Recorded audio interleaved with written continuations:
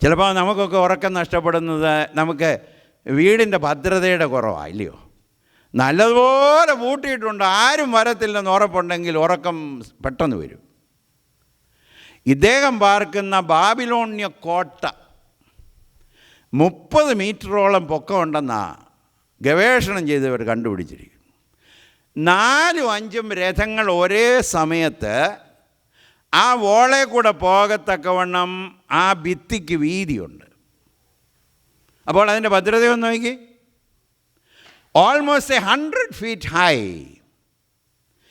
ഒരു 10-30 അടി വീതിയുള്ളൊരു കോട്ട. അതിനെ തുളച്ച് കയറാൻ സാധ്യത വളരെ കുറവാണ്. അതുകൊണ്ടാണ് ബെൽഷസ്സർ വീഞ്ഞു കുടിച്ച് മത്തനായി താനും എല്ലാവരും തൻ്റെ സൈന്യവും ആനന്ദിച്ചത്. കാരണം അവർ ഓർത്തു, ഈ പട്ടണം തുളച്ച് കയറി ആര് വരും? So secure. അപ്പോൾ ഒരു മനുഷ്യന് സമ്പത്ത്, സുഖസൗകര്യങ്ങൾ, ഭദ്രത, ഇത് 3 ഉണ്ടെങ്കിലും ഈ മനുഷ്യന് ഉറക്കമില്ല. ആ മനുഷ്യന് മാത്രമല്ല, അനേകർ ഈ കൂട്ടത്തിലാണ്. They just cannot rest. സ്വസ്ഥതയില്ല. ഞെരുക്കമായിരുന്നപ്പോൾ പ്രയാസമായിരുന്നു, നാളെ എങ്ങനെ നടക്കുമെന്ന് ഓർത്ത് ഭാരപ്പെട്ടു. ഇന്ന് ചുറ്റുപാടുകളെല്ലാം മാറി. എന്നാൽ ഇന്നും അസ്വസ്ഥതയ്ക്ക് ഭംഗമില്ല. Still uncomfortable. നെബൂഖദ്നേസറിനെ പോലെയാണോ? ഇതേ സമയത്ത് പ്രതിസന്ധിയിൽ കൂടെ കടന്നുപോയ ഈ ബാലന്മാരെയും നമുക്കൊന്ന് നോക്കാം. ദാനിയേലിനെയും കൂട്ടരി 19-ാമത്തെ വാക്യത്തിൽ പ്രാർത്ഥിച്ചതിന് ശേഷം രഹസ്യം എന്താണെന്ന് അറിയാനായി വിദ്വാൻമാരോട് ചോദിച്ചപ്പോൾ പറയാമെന്ന് പറഞ്ഞ് അവർ ഒരുമിച്ച് ചേർന്ന് പ്രാർത്ഥിച്ചതിന് ശേഷം ആ രഹസ്യം ദാനിയേലിന് രാത്രിയിൽ ദർശനത്തിൽ വെളിപ്പെട്ടു. എൻ്റെ പൂർണ്ണ വിശ്വാസം അവർ നന്നായി പ്രാർത്ഥിച്ചതിന് ശേഷം കിടന്നുറങ്ങിയെന്നാണ്. In his sleep God gave him the dream. 127-ാം സങ്കീർത്തനത്തിൻ്റെ 2-ാമത്തെ വാക്യത്തിൽ തൻ്റെ പ്രിയന്, ദൈവത്തിൻ്റെ പ്രിയപുരുഷനായ ദാനിയേൽ, അങ്ങനെയാണല്ലോ അദ്ദേഹത്തെ സ്വർഗീയ ദൂതൻ അഭിസംബോധന ചെയ്യുന്നത്. God gave him sleep.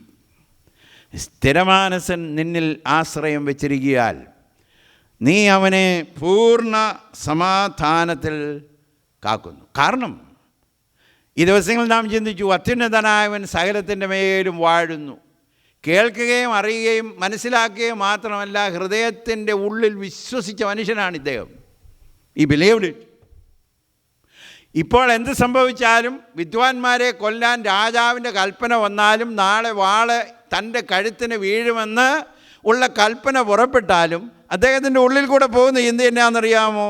അത്യുന്നതനായവൻ സകലത്തിൻ്റെ മേലും വാഴുന്നു. രഹസ്യങ്ങൾ ദൈവത്തിനുള്ളതാണ്. Secret things belongs to the Lord. അദ്ദേഹം വിശ്വസിച്ചിരുന്നു. അതുമാത്രമല്ല, അത്യുന്നതനായവൻ തനിക്ക് ബോധിച്ചവർക്ക് അത് വെളിപ്പെടുത്തി കൊടുക്കുന്നു. രഹസ്യങ്ങളെ വെളിപ്പെടുത്തുന്നൊരു ദൈവമുണ്ട്. അപ്പോൾ വ്യത്യാസമുണ്ടില്ലയോ? ക്രൈസിസിൽ കൂടെ 2 കൂട്ടരും കടന്നുപോയി. ഒരാൾക്ക് ഉറക്കമില്ല, മറ്റേയാൾക്ക് സ്വസ്ഥതയ്ക്ക് ഒരു കുറവുമില്ല. പെർഫെക്റ്റ്ലി. വിശ്വാസികളായി നമുക്ക് പ്രതിസന്ധി വരത്തില്ലെന്ന് തിരുവചനം പറയുന്നേ ഇല്ല. ലോകത്തിൽ നിങ്ങൾക്ക് കഷ്ടങ്ങളുണ്ട്. എന്നാൽ യേശു തമ്പുരാൻ ഉലയുന്ന പടകിൽ തലയിണയിൽ തലവെച്ച് ശാന്തമായി ഉറങ്ങിയതുപോലെ, എനിക്ക് തോന്നുന്നു മാതൃക കാണിച്ചതാണെന്ന് എനിക്ക് തോന്നുന്നു.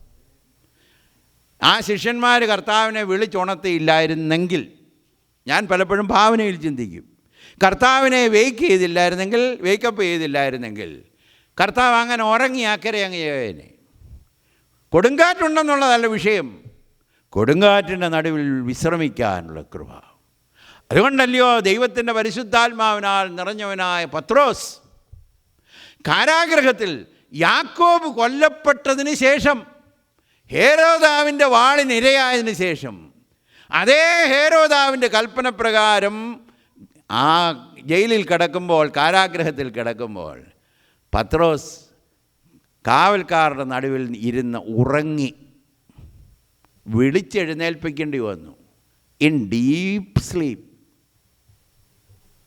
കാരണം പ്രതിസന്ധികളുടെ നടുവിൽ ദൈവരാജ്യ അനുഭവത്തിൽ ജീവിക്കുന്ന ദൈവമക്കൾക്ക്, ശ്രദ്ധിച്ചോണേ, ഈ ലോകത്തിൽ ജീവിക്കുന്നെങ്കിലും ദൈവരാജ്യത്തിൻ്റെ അനുഭവത്തിൽ. കാരണം ദൈവരാജ്യം ഭക്ഷണവും പാനീയവുമല്ല, നീതിയും സമാധാനവും.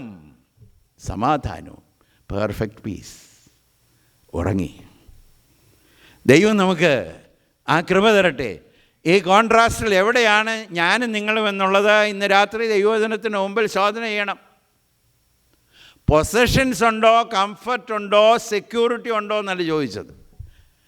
ഇതുണ്ടേലും ഇല്ലേലും are you at perfect rest? സ്വസ്ഥത അനുഭവിക്കുന്ന സൗഭാഗ്യം, ദൈവരാജ്യത്തിൻ്റെ സന്തോഷം ദാനിയേൽ, പ്രിയപുരുഷനായ ദാനിയേൽ അനുഭവിച്ചതുപോലെ നമുക്ക് അനുഭവിക്കാൻ കഴിയുന്നുണ്ടോ? ഉണ്ടെങ്കിൽ നാം അനുഗ്രഹിക്കപ്പെട്ടവരാണ്. Praise the Lord.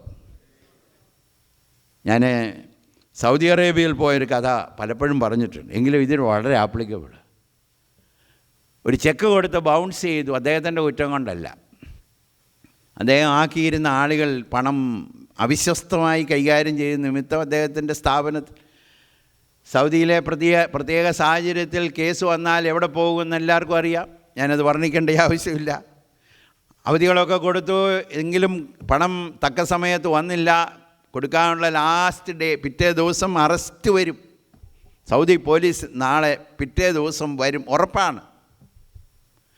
എന്നാൽ അങ്ങനെ ഇരിക്കുന്ന ആ സമയത്ത് അദ്ദേഹം എന്നോട്, ഞാനൊരു കൺവെൻഷന് പോയപ്പോൾ അദ്ദേഹം എന്നോട് പേഴ്സണലി ഷെയർ ചെയ്ത അനുഭവമാണ്. എന്നോട് പറഞ്ഞു, എൻ്റെ സാറേ, പിറ്റേ ദിവസം എൻ്റെ സകല സാഹചര്യം ഉപയോഗിച്ച് നോക്കി, എനിക്കൊരു രീതിയിലും പണം കിട്ടാൻ വഴിയില്ല. അദ്ദേഹം പറഞ്ഞു, ഞാനും എൻ്റെ ഭാര്യയും കൂടി ഇരുന്ന് പ്രാർത്ഥിച്ചു. ദൈവത്തോട് പറഞ്ഞു, കർത്താവേ, എൻ്റെ തെറ്റുകൊണ്ട് വന്നതല്ല, എന്നെ ചതിച്ചതുകൊണ്ട്, വഞ്ചിച്ചതുകൊണ്ട് വന്ന. ഇത് പരിഹരിക്കാൻ ഞാൻ ശ്രമിച്ചു എന്ന് അങ്ങേക്കറിയാം. അങ്ങ് ഇതിനൊരു പരിഹാരം കണ്ടെത്തണം. അതിനുശേഷം അദ്ദേഹം പറഞ്ഞതാണ് ഇപ്പോൾ പറയാൻ ഞാൻ ആഗ്രഹിക്കുന്നത്. അദ്ദേഹം പറഞ്ഞു, അതിന് ഞങ്ങൾ പ്രാർത്ഥിച്ചതിന് ശേഷം ഞങ്ങൾ രണ്ടുപേരും കിടന്നുറങ്ങി. അദ്ദേഹം കാഷ്വലായി പറഞ്ഞതായിരിക്കും, പക്ഷേ അദ്ദേഹം പറഞ്ഞ ആ വാക്കുണ്ടല്ലോ, എന്നെ വളരെയധികം സ്വാധീനിച്ചു. പിറ്റേ ദിവസം ഒരു വലിയ അത്ഭുതമൊക്കെ നടന്നു. ആരോ ദൂരത്ത് നിന്ന് വയർ ട്രാൻസ്ഫർ ചെയ്തു ബാങ്കിലേക്ക് പണം. അത്ഭുതം അതല്ല, അതൊരു വലിയ അത്ഭുതമാണ്. ദൈവം കരുതി.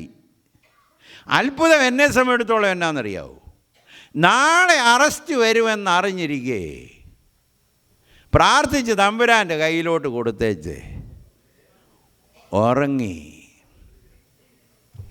നമ്മൾ സാധാരണ പറയും, സർവബുദ്ധിയെയും കവിയുന്ന ദൈവസമാധാനം.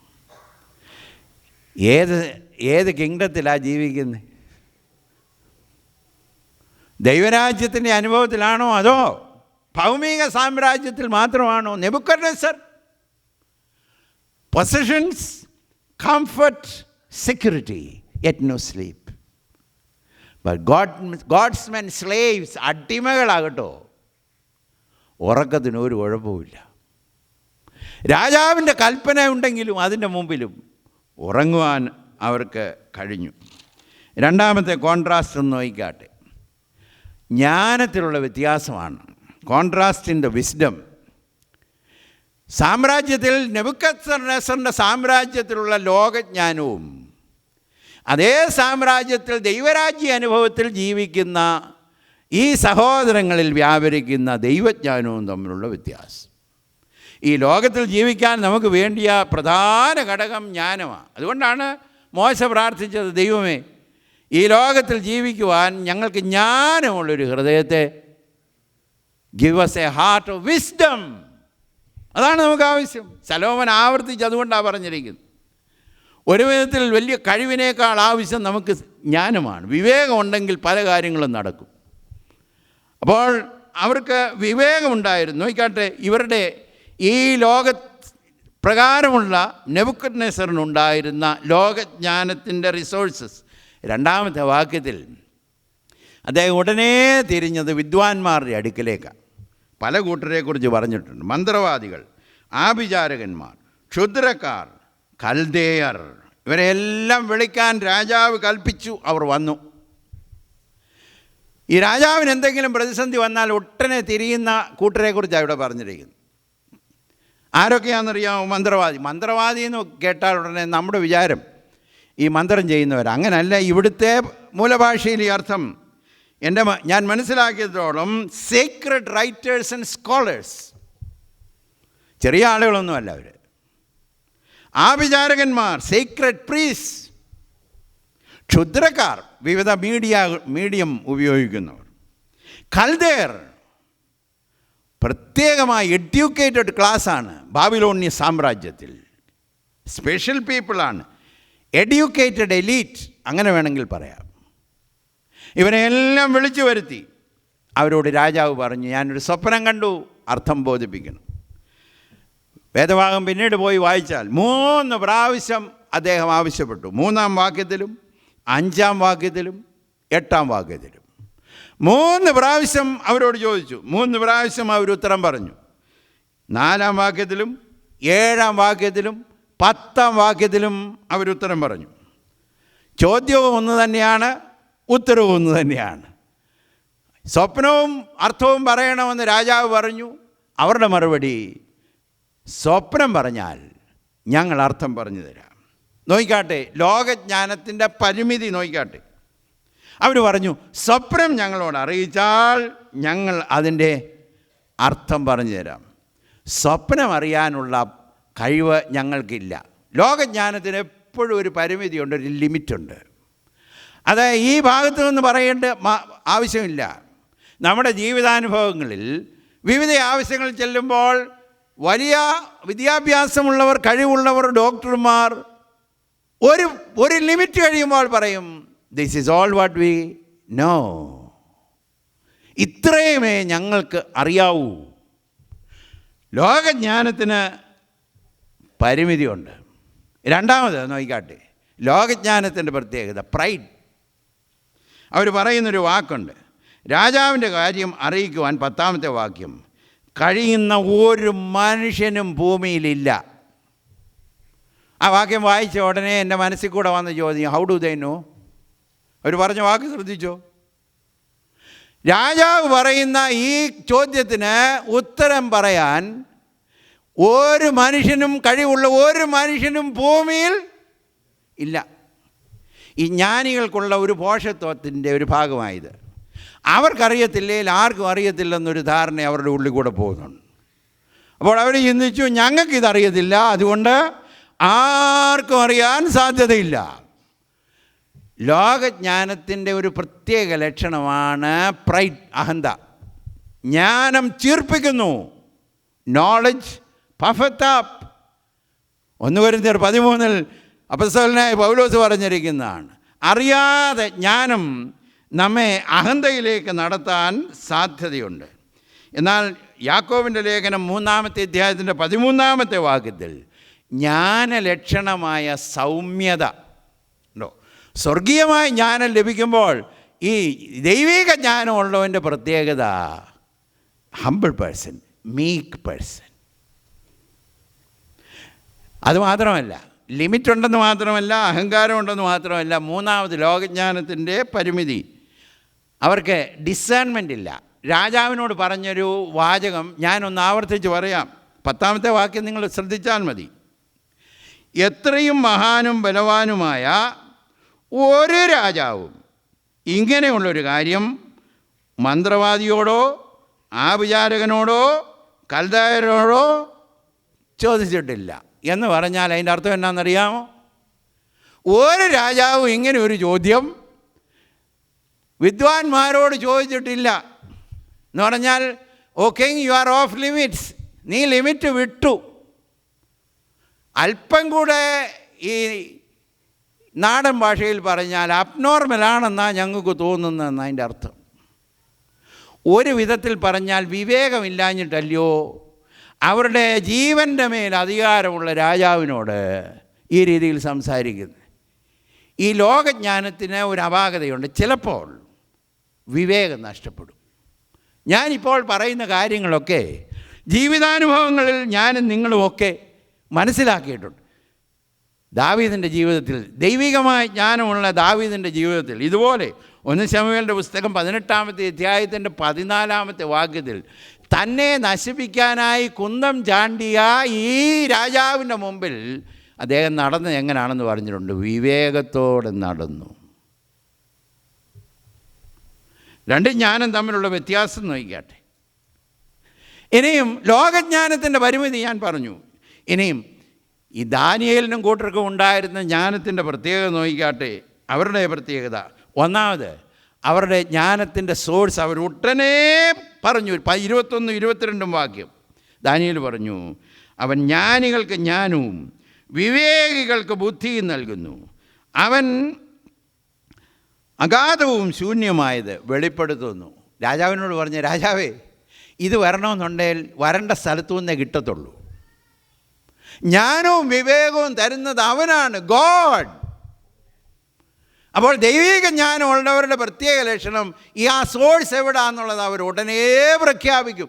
യോസേഫിൻ്റെ ചരിത്രം ശ്രദ്ധിച്ചു. ഞാനല്ല ഈ സ്വപ്നം വ്യാഖ്യാനിക്കുന്നത്.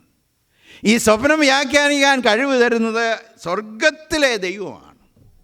രണ്ടാമത് ദൈവിക ജ്ഞാനമുള്ള ഈ എബ്രായരുടെ ഡിസേൺമെൻ്റ് ഒന്ന് ആയിക്കാട്ടെ. വിവേകം 2-ാമത്തെ അധ്യായത്തിൻ്റെ 14, 15 വാക്യം. ദാനിയേൽ ബുദ്ധിയോടും വിവേകത്തോടും കൂടെ ഉത്തരം പറഞ്ഞു. കേട്ടോ, അരിയോക്കിനോട് ബുദ്ധിയോടും വിവേകത്തോടും കൂടെ ഉത്തരം പറഞ്ഞു.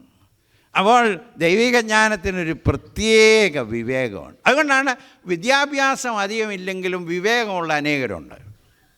വിദ്യാഭ്യാസം ധാരാളം ഉണ്ടെങ്കിലും പരിജ്ഞാനവും വിവേകവും ഇല്ലാത്ത അനേകരുമുണ്ട്.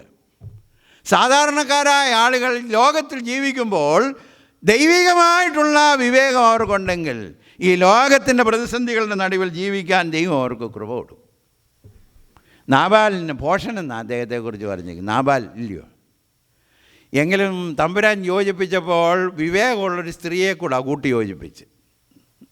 അബീഗയിൽ നാബാലിൻ്റെ ഭാര്യ. ചരിത്രം അറിയാമെന്ന് ഞാൻ ചിന്തിക്കും.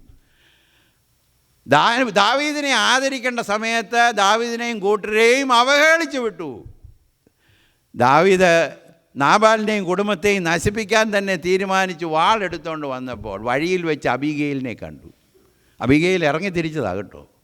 വന്ന ഉടനെ തന്നെ അബീഗയിൽ കഴുതപ്പുറത്ത് നിന്നിറങ്ങിയെന്നാണ് പറയുന്നത്. അത് തന്നെ വിവേകത്തിലൊന്നല്ലയോ? ധനികനായ ഒരു മനുഷ്യൻ്റെ ഭാര്യയാണ് അദ്ദേഹം. നാടോടിയായി നടക്കുന്ന ഒരു മനുഷ്യനാണ് ദാവീദും. എന്നാൽ തൻ്റെ ഉള്ളിൽ വിവേകം വന്നുകൊണ്ട് അവിടെ ഒന്ന് വിനയപ്പെട്ടു.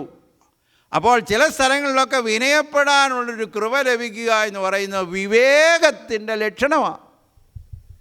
പറയേണ്ടതുപോലെ പറഞ്ഞു, അരുതേന്നല്ല പറഞ്ഞ്. യജമാനൻ ചെയ്യേണ്ടത് യഹോവയുടെ യുദ്ധമാണ്, നിൻ്റെ യുദ്ധമല്ല. Don't fight your own battle, fight God's battle. ഇപ്പോൾ നീ നാബാലിനെ നശിപ്പിക്കാൻ പോയാൽ നീ ചെയ്യാൻ പോകുന്ന it is your battle, not God's battle. അപ്പോൾ അത് പറഞ്ഞു മനസ്സിലാക്കി. നോക്കിക്കാട്ടെ, ദൈവിക ജ്ഞാനത്തിൻ്റെ പ്രത്യേകത നോക്കുക. മൂന്നാമത് അവർക്കൊരു കാര്യം കൂടെ ഉണ്ടായിരുന്നു. 2-ാമത്തെ അധ്യായത്തിൻ്റെ 16-ാമത്തെ വാക്ക്. തനിക്ക് സമയം തരണമെന്നും താൻ രാജാവിനോട് അർത്ഥം അറിയിക്കാമെന്നും ദാനിയേൽ ബോധിപ്പിച്ചു. കോൺഫിഡൻസ്. ദൈവിക ജ്ഞാനം ഉള്ളവർക്കൊരു പ്രത്യേക confidence. I will give the answer. Secret things ദൈവത്തിനുള്ളതാണെങ്കിൽ ദൈവം അത് വെളിപ്പെടുത്തി തരുമെങ്കിൽ 28-ാമത്തെ വാക്യത്തിൽ 1-ാമത്തെ അധ്യായത്തിൻ്റെ 17-ാമത്തെ വാക്യത്തിൽ പറഞ്ഞിരിക്കുന്നത് പോലെ ദൈവം അവർക്ക് ജ്ഞാനം കൊടുത്തിരിക്കുന്നത് കൊണ്ട് വെളിപ്പെടുത്താമെന്നുള്ള കോൺഫിഡൻസ്. 4-ാമത് ദൈവിക ജ്ഞാനത്തിൻ്റെ പ്രത്യേക കോൺട്രാസ്റ്റായി പറയുന്ന വളരെ ഹമ്പിളാണ്. 2-ാമത്തെ അധ്യായത്തിൻ്റെ 30-ാമത്തെ വാക്യത്തിൽ രാജാവിൻ്റെ മുമ്പിൽ ഈ ചരിത്രം പറയാനായി ചെന്ന സമയത്ത് ശ്രദ്ധിച്ചോണം, എനിക്കോ ജീവനോടെ ഇരിക്കുന്ന യാതൊരുത്തനേക്കാളും അധികമായി ജ്ഞാനം ഒന്നുമില്ല കേട്ടോ. രാജാവിൻ്റെ സ്വപ്നം മനസ്സിലാക്കി അർത്ഥവും കൂടെ പറയാൻ പോകുന്ന ഈ മനുഷ്യൻ്റെ നാവേ വന്ന വാക്ക് ശ്രദ്ധിച്ചോ, യാതൊരു മനുഷ്യനേക്കാളും അധിക ജ്ഞാനം എനിക്ക് വിനയം. ഗോഡ്സ് വിസ്ഡം, ദൈവികമായ ജ്ഞാനത്തിൻ്റെ പ്രത്യേകത. ഇത് അവർക്ക് എങ്ങനെ കിട്ടിയെന്നൂടെ ഞാൻ പറഞ്ഞു പോകട്ടെ. അപ്പോൾ രണ്ട് സാമ്രാജ്യത്തിൽ ജീവിക്കുന്നവരാണ്. അസ്വസ്ഥരായി ജീവിക്കുന്നവരുടെ നടുവിൽ സ്വസ്ഥമായി ജീവിക്കുന്നൊരു സമൂഹം, പരിജ്ഞാനമില്ലാതെ ജീവിക്കുന്നവരുടെ നടുവിൽ വിവേകത്തോടെ ജീവിക്കുന്ന ഒരു സമൂഹം. എവിടെ കിട്ടി ഈ വിവേകം? ഇവിടെ നാം വായിക്കുന്നു, ഇവരുടെ മുമ്പിൽ ഉണ്ടായ ചോദ്യത്തിന് മുമ്പിൽ ഉടനെ അവർ ഒരുമിച്ച് കൂടി ദൈവത്തിൻ്റെ അടുക്കൽ ചെന്ന് ദൈവത്തിൻ്റെ കരുണയ്ക്കായിട്ട് അപേക്ഷിച്ചു. 18-ാമത്തെ വാക്യം, they went to pray. അപ്പോൾ ഈ ജ്ഞാനം എവിടെ കിട്ടുന്നതെന്നറിയാമോ? ദൈവത്തോടുള്ള സഖിത്വത്തിലാണ്, കമ്മ്യൂണിയൻ വിത്ത് ഗോഡ്. അപ്പോൾ ജീവിതത്തിൻ്റെ പ്രതിസന്ധിയിൽ ഈ കൂട്ടരെ പ്രതികരിക്കുന്നത് എങ്ങനെയാണെന്ന് നോക്കിക്കാട്ടെ. How do they react? They go into a time of prayer. പ്രാർത്ഥിക്കുന്ന ഒരു അനുഭവത്തിലേക്ക് അവർ നീങ്ങുന്നു. പഴയ കാലത്ത് പാടുന്നൊരു പാട്ടുണ്ടായിരുന്നു. ആ പാട്ടിൻ്റെ ചരണം ഞാൻ പറയാം. യാതൊരു സമയം എന്നെ അന്ധത അതുമൂലം പാത അറിയാതെ ഞാൻ വലയുമ്പോൾ, ബാക്കി അറിയാവുന്നവരിവിടെ ഉണ്ടോയെന്ന് എനിക്ക് അറിഞ്ഞുകൂടാ, യേശു സന്നിധി മമ ഭാഗ്യം. കർത്താവ് എന്താണെന്ന് എനിക്ക് അറിഞ്ഞുകൂടാ, എങ്ങനെയെന്ന് എനിക്ക് അറിഞ്ഞുകൂടാ. How do we know it? Go into his presence. പ്രാർത്ഥനയുടെയും കൂട്ടായ്മയുടെയും സ്ഥലം ഉപേക്ഷിച്ചതാണ് പരിജ്ഞാനം കുറയാനുള്ള പ്രധാനപ്പെട്ട കാരണം. ഭക്തി കുറഞ്ഞതുകൊണ്ടല്ല. ഒരു ഇൻസിഡൻറ്റ് നിങ്ങളുടെ മുമ്പിൽ കൊണ്ടുവരട്ടെ. ആഹാബ് രാജാവിൻ്റെ കാലത്ത് ആഹാബ് രാജാവിൻ്റെ കൊട്ടാരത്തിൽ ഒബദ്യാവെന്നും പറഞ്ഞൊരു മനുഷ്യനുണ്ടായിരുന്നു. ആ മനുഷ്യൻ നല്ല മനുഷ്യനായിരുന്നു. 100 പ്രവാചകന്മാരെ 50 വീതം ആഹാബ് രാജാവിൻ്റെ വാളിൽ നിന്ന് മറച്ച് ഒളിപ്പിച്ച മനുഷ്യൻ, നല്ല മനുഷ്യനായിരുന്നു ഒബദ്യാവ്.